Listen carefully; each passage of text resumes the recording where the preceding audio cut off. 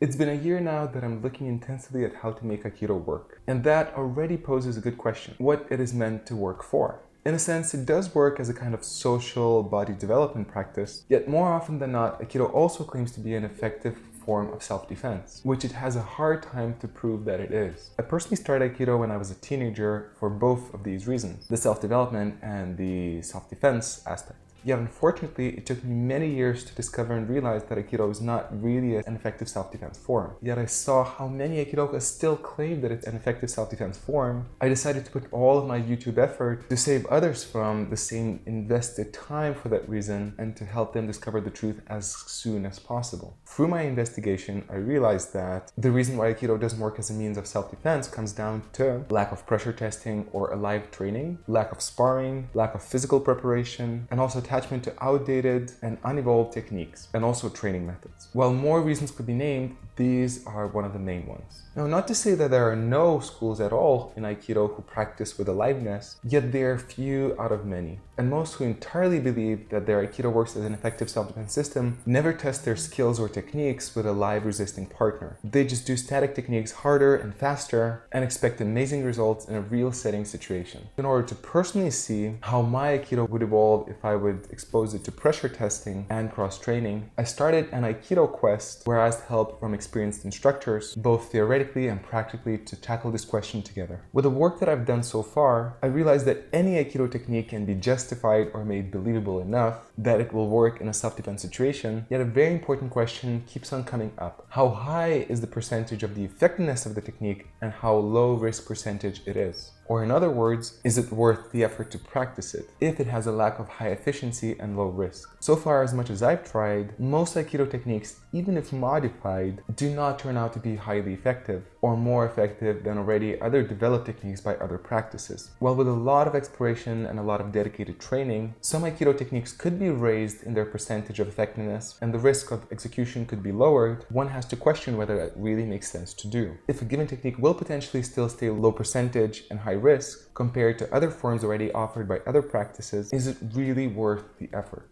And that brings to one of the first questions that I initially asked. So what is the future of Aikido? Especially if we take into account this specific question and situation. For me, it branches out to two different sides, with one of them being what Aikido essentially is meant to be.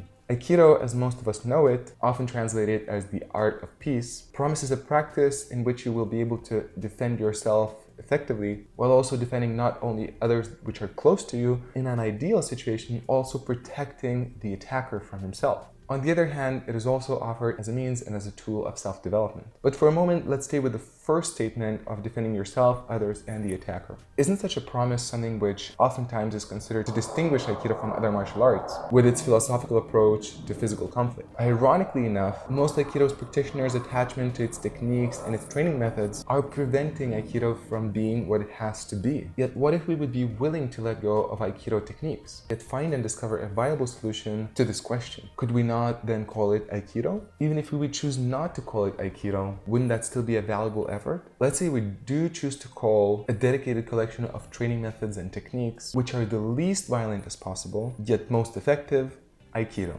Many people actually initially told me that these conclusions may be the ones which I will come to through my experiment. Yet nevertheless, I still wanted to go that and experience that through my own personal experience, not to take somebody else's ideas just as the truth. I wanted my conclusion to be not a theoretical one, but actually an experiential one. I came to Aikido wanting to learn to protect myself and others, and I never learned it, even when I devoted 14 years of my life. And while I still cherish Aikido as a self-development practice and I want to invest myself into it, I've decided to let go of my attachment to its techniques and primarily to find answers for what I wanted to learn Aikido initially to begin with. Instead of trying to continue to justify Aikido techniques, I am much more interested to find already discovered and mastered solutions by other practices to achieve the same goal of life preservation, which the founder was talking about. That does not mean I will stop looking back at Aikido techniques and training methods that I already was invested into, and that I won't allow myself to evolve them as my knowledge and experience grows. Yet I realized that it should not be my primary goal, which would burden my progress as an individual who wants to achieve the promise of protecting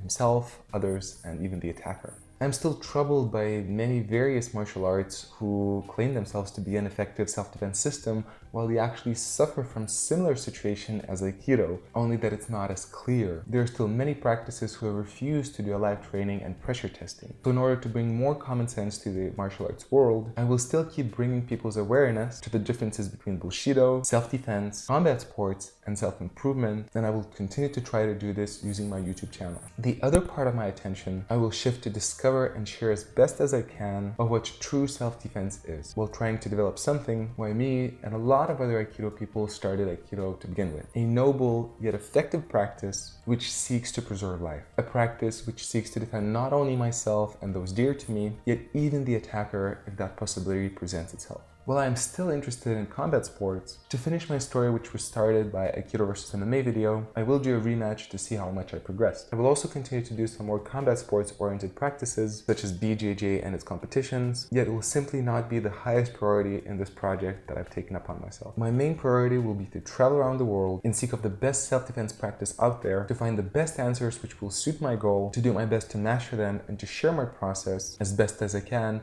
no matter how long it takes me. As mentioned before, I will also do my best to continue to expose martial arts which are fraudulent and to continue bring people's awareness. I will also continue to interview key people who could help further develop the awareness in the difference between martial arts and combat sports and self-defense. I do not know if you will be disappointed by me or if you will still consider this to be an Aikido quest. Yet in the end, even with all the support I received for the last year, I never did it just to satisfy others. I always did it in seek of searching for truth. And as I see it, this truth is leading me toward this direction. I'm ready to respect it, embrace it, instead of trying to justify something that I did for 14 years. And before I end this talk, I briefly wanted to mention the second promise of Aikido, the self-improvement aspect. The practice of Aikido has influenced my character in many great ways. It shaped my entire life. It allowed me to do this project. It allowed me to have the balls, the guts, and the humility to go over through this journey. And by no means I want to let that aspect of Aikido die. I also see nothing wrong in training an ancient, even outdated practice as long as you're honest about it and you realize the reasons why you're doing it. Actually, a lot of Aikido practitioners are drawn to Aikido because of that aspect, and a lot of people are actually not going to it just for self-defense. Thus, to maintain this self-improvement part of Aikido, I will continue to train it and share it with others. Yet I am planning to do some tweaks and to offer it in a new, more modern way so it would be more approachable to more modern people. It would make more sense for a modern person to train, and it would by no means have any delusional ideas about self-defense or anything that it's not capable to deliver. There is more that I could say, yet there will also be other days and other videos to do so. Yet I feel it was important to land this milestone and to be clear of where I am heading. If you're inspired about this direction, I invite you to subscribe if this is the first video that you're watching or you're not sure if you wanted to subscribe. I invite you to follow this process, share your feedback. I always value your feedback, I always grow from your feedback, and in sharing this journey we can grow together. Also, if you want to support my journey and you want to help me reach the best instructors out there in the world to find those answers, I invite you to check my Patreon page right here. So thank you for watching this video, being together with me in this journey, and I will see you on the virtual mat again soon.